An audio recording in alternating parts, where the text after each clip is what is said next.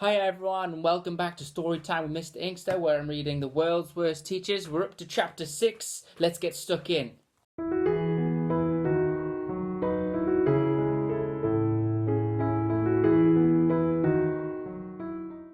Miss Seethe's Detention Rampage. Some teachers are permanently annoyed, others are always cross. There are even some who spend their whole day fuming. However, Miss Seethe was never not furious. There was a very good reason for this, and for once it wasn't the fault of the children. At Ryle High School, Miss Seethe had been the deputy head for as long as anyone could remember. For years and years she'd been living in the shadow of someone who had the top job, someone who would never retire, someone who'd been headmistress for very nearly 50 years, 5 decades, half a century. It was unheard of to be in the job for so long. At some schools, a head teacher might only last 5 minutes. Hell's Bells School for Horrible Boys, more of that infamous school later in the book. As our tale begins, the 99-year-old Miss Stint was just days away from celebrating her golden anniversary as headmistress of Ryle High. This made Seethe seethe. As deputy head, she was just under Miss Stint. Any deputy head dreams of one day becoming the head teacher. But not for nearly 50 years. That is how long Miss Seethe had been waiting to seize the crown, waiting and waiting and waiting, then waiting some more. Every day she cursed the ground Miss Stint rolled on. One day, she would incant to herself as she looked around the school, one day this will be mine, mine, mine, mine! The fury was written all over her face. Over time, her eyes had narrowed to become 2 inky black dots. Her mouth had curled into a permanent grimace. Her ears had begun to glow as red as the fires of hell. Her forehead has become as lined as an exercise book. And her nostrils had flared so much you could stuff a sausage roll in each one. Do not attempt this. It would only make Miss Seethe even more furious, and she is already really, really, really furious. Miss Seethe's face was permanently frozen by fury. She woke up in the morning like that, and she went to bed at night like that, even when she was experiencing something pleasurable, like sucking one of her favourite boiled sweets, humbugs, of course. She looked as if she was sucking on a wasp. Miss Seethe had been waiting for so long that she'd grown very, very old. Not as old as Miss Stint. No one was as old as Miss Stint. The deputy head was 88 and walked with a stick. The advantage of this was that it doubled up as a weapon. It was perfect for prodding and poking children. Prod, ouch, poke, proke, ugh! When she was particularly enraged, she would swing the stick over her head like a propeller. Most days, Miss Seethe stalked the corridors of Ryle High, looking for anyone on whom she could vent her fury. Her favourite thing in the world was to give out detentions. A detention is a punishment where you have to stay behind after school. It might be an hour, or 2 hours, or even more. I was so badly behaved as a child that I am still in detention, and I left school in 1989. Absolutely anything you did could get you into trouble with her. Miss Seethe was known to dish out detentions for the most spurious of reasons. Sneezing in class. Achoo! That sneeze was so loud it could have made me deaf, child! Detention! She would yell as she whacked her stick down on the cowering child's desk. Thwack! Having a spot on the end of your nose. That spot is an eyesore. You have ruined the appearance of the entire school. Detention! She'd spit, prodding the child's nose with her stick. Ouch! Humming while sitting on the loo. Toot-a-toot, ta-toot, ta-toot, ta-toot. Seethe would strike the cubicle door with her stick. Thwack! Before shouting, You shall poo in peace! Detention! Having your birthday on a school day. Happy birthday, child! Oh, thank you so much, Miss Seethe. Not at all. And I have a present for you. Wow, thank you. My present for you is detention. I should have known. Double detention. Wearing a squeaky trainer on sports day. Squeak, squeak, squeak. That one squeaky shoe is confiscated. But miss, Then I'll have to run the race wearing only one shoe. Perfect! You can limp all the way to your detention! Having an egg sandwich in your lunchbox. You have stunk out the entire school, the entire town, the entire country, the entire continent, the entire planet, the entire solar system, the entire universe. I'm not sure they can smell my egg sandwich on Mars, miss. Detention! Walking too fast in the corridor. Slow down, you reckless blunderer, she would say as she blocked their path with her stick, slamming it down in front of them. Whoosh, thunk. But miss, please, I'm late for my exam. You will miss that, as you will be in detention. Walking too slowly in the corridor. Speed up, you slovenly clod. And she poked them in the back with her stick. Poke, ouch! But miss, I've broken my leg. A pathetic excuse. Detention! Carrying an offensive banana. That banana could easily have an eye out. Detention! Even having what Miss Seethe considered to be a stupid name. Yes, Mark does count as a stupid name. I have never heard of one stupider. But miss, I can't help it. That's the name my mum and dad gave me. Double detention. Miss, triple detention. I won't say another thing. Quadruple detention. That's not fair. Quintuple detention. I think it's quintuple, miss. Quintuple detention. And for correcting me now, have a sextuple detention. Offenders would have to stay after school in Miss C's classroom for an hour or 2 or 3 or sometimes even until dawn. It depended on whether you got her on a bad day or a very, very, very bad day. As a punishment, Seethe would set lines which the wrongdoers would have to write out hundreds or thousands of times. I am sorry for blinking. It will never happen again. I must blow my nose more quietly in future. I am very sorry I have one ear slightly larger than the other. I deeply regret stinking of cheese and onion crisps. I will not drop a biscuit crumb on the dining hall floor ever again. I must not ever, ever, ever smile on school premises. I come to school to be miserable. I sincerely apologize for being ginger. I will not do it again. I am deeply ashamed I was 1 second late for school. I will never again sing the school hymn slightly out of tune. I promise to comb my hair in the opposite direction in future. However, on one particular afternoon, Miss Seethe was not able to give one measly detention. That is because a grand tea party was to be held in the school hall, and every single pupil was invited. All 1,000 of them. Of course, all the teachers, dinner ladies and caretakers were there too. The party was in honour of Miss Stint and her 50 glorious years as headmistress of Ryle High. Unlike Miss Seethe, who was hated, Miss Stint was loved by everyone. She was like everybody's favourite grandmother, or great-grandmother, or great-great-grandmother. Miss Stint was a lovely old dear, and the whole school wanted the party to be really special. Everyone had brought in something. There was cakes and jellies and pies and sandwiches galore, as you might expect from a tea party. There were cups of tea galore too. The only problem was, there was no Miss Stint. The headmistress was late for her own party, extremely late. Miss Stint had all the urgency of a tortoise. The 99-year-old was woken up in her office. She generally slept for most of the day.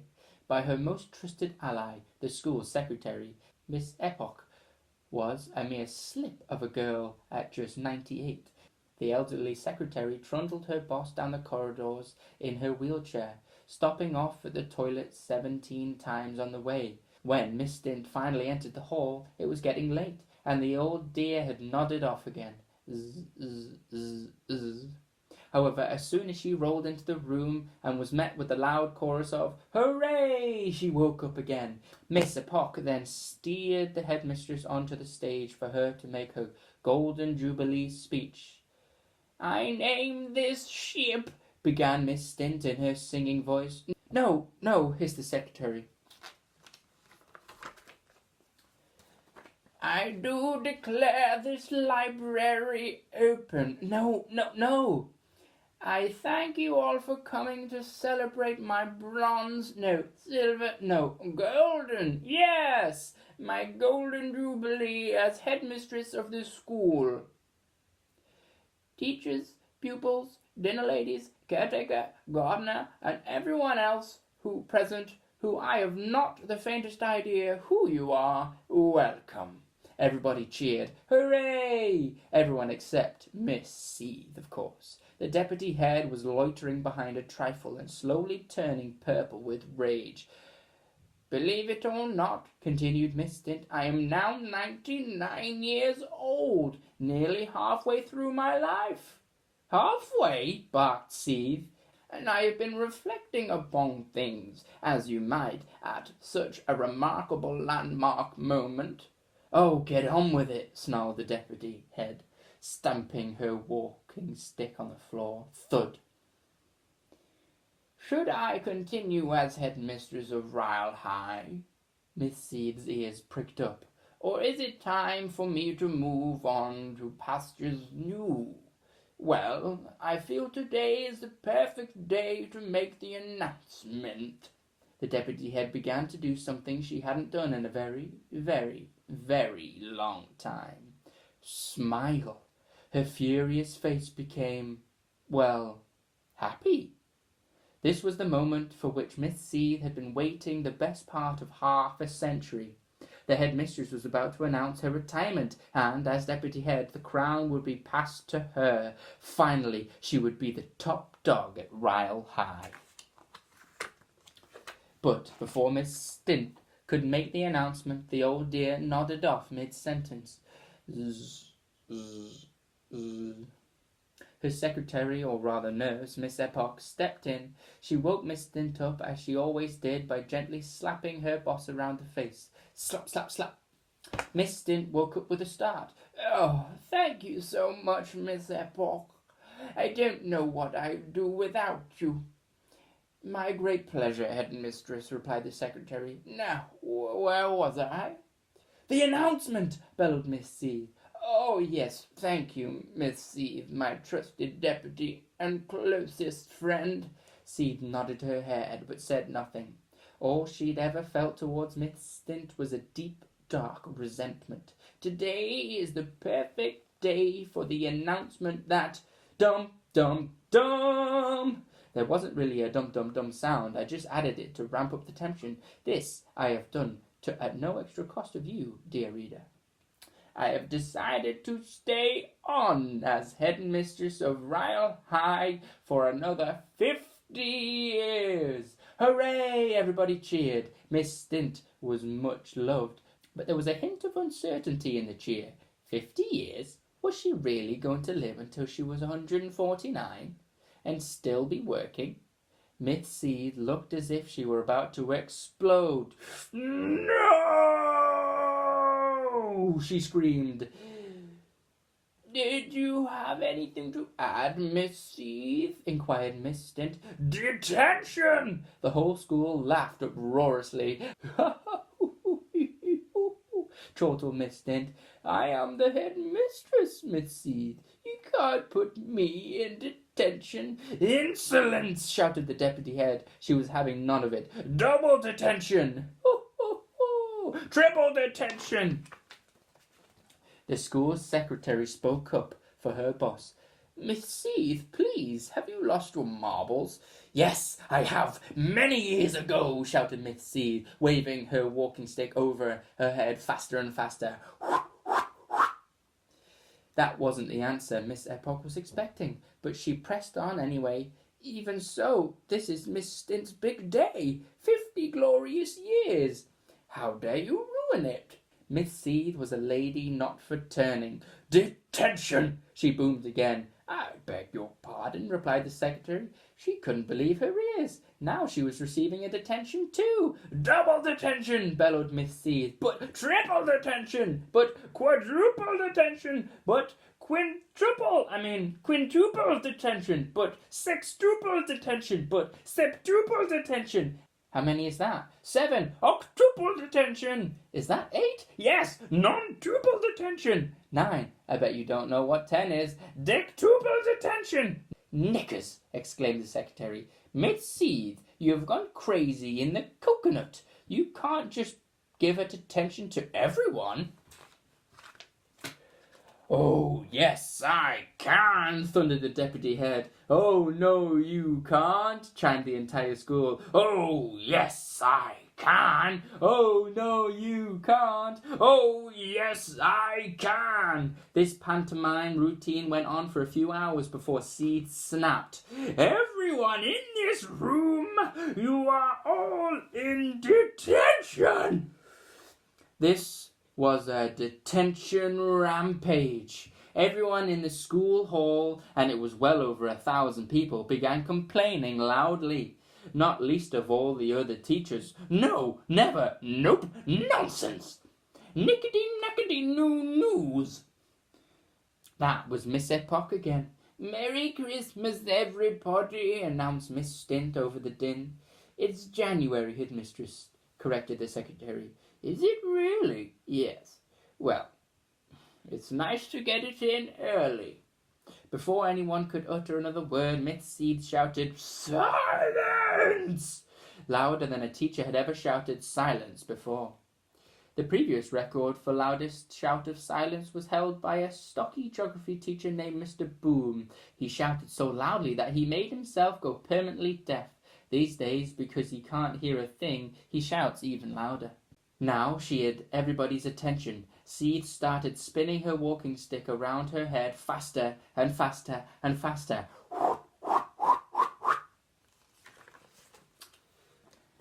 And shooing everyone out of the hall. Shoo, shoo, shoo!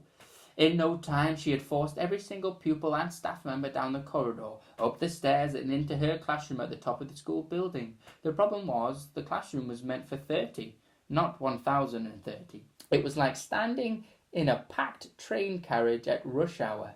Armpits were in faces, knees were knocking against each other, and toes were treading on toes. "Oops, ouch, sorry." All the children found this the most amusing. "No one let one go or we'll all doom," shouted someone. "Ha ha ha! You can all stay behind until the end of time," shouted Seethe from the doorway. "You sad little woman," mocked Miss Epoch, speaking up for the entire school. "This is all because you didn't get the top job. A boo-hoo-hoo. Now you'll never be headmistress and never get your moment of glory." "Yes," agreed everyone else. Miss Seethe's narrow eyes narrowed even further. Her nose wrinkled and her lips quivered. "You are quite wrong," announced the deputy. "This is my moment of glory, for this is the day when I gave the entire school a detention." "Not the entire school," observed Miss Stint with a smile. "What? I think you are forgetting someone." "Who?" demanded Seethe. "You!" Silence descended over the overcrowded classroom. All eyes turned to the deputy head, who was standing on the floor, wrestling with this thought. After a few moments, she spoke. "Miss Seethe," announced Miss Seethe. "Yes, Miss Seethe," replied Miss Seethe. "I hereby give you a detention." "Me?" "Yes, you. But I'm the deputy headmistress of this school. You can't give me a detention." "Oh, yes, I can, for I am the deputy head of this school. Now get in there. Shoo, shoo, shoo." With that, Miss Seethe held up her stick and prodded and poked herself into the classroom. Now there was even less room in there than before, and people started to grumble. "Ouch! Oof! Owie!" "Can't you wait until the next train? Stop picking my nose. I'm terribly sorry. I thought it was mine." Miss Seethe closed the classroom door behind her. "Stump!" "Right, now, everyone, settle down," she called out. "You try to settle down in here," called Miss Stint. "There are 30 bottoms for every chair. Ha ha ha! Some of these bottoms are too large for just one. Ha ha ha ha ha!"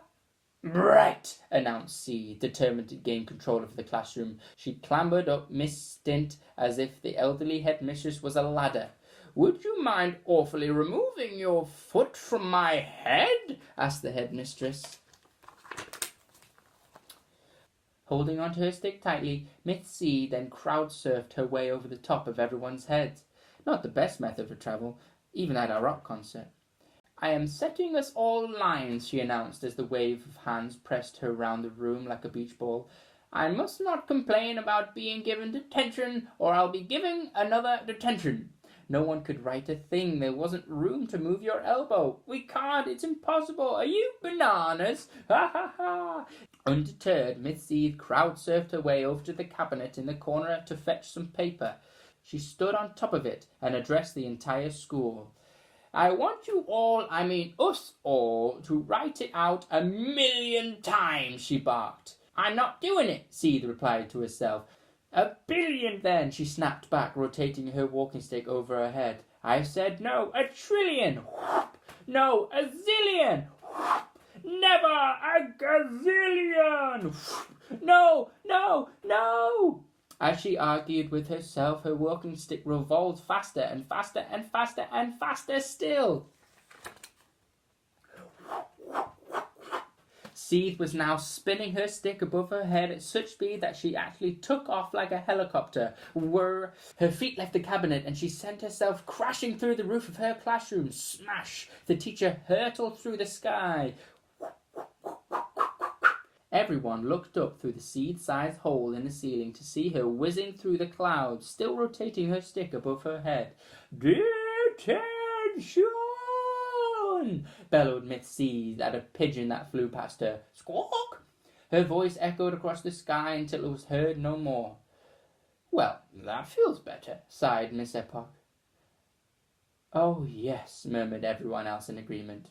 Now let's party, announced Miss Stint. Yes, cried the entire school. They all tumbled out of the classroom and followed the headmistress down the corridor, back into the hall where all the yummy cakes and jellies and pies were still waiting for them. Hooray! Miss Stint was the last to leave the party, way past midnight. The event of the day had perked her up no end. There was karaoke, and she treated the school to a performance of her favourite hip-hop tracks. MC Stint on the mic, rile high, let me hear you say, way-oh, way-oh. As for Miss Seethe, no one knew where she landed, if indeed she ever did. So if you find an angry old lady lying in a ditch, waggling a walking stick above her head and barking "Detention!" at you, approach with extreme caution. Whatever you do, don't stick a stamp on Miss Seethe's forehead and post her to Rile High. They do not want their deputy head teacher back, ever. And that's the end of that. Thanks for listening. Join us next time for Miss Palaver's Theatrical Theatrics. See you next time. Bye.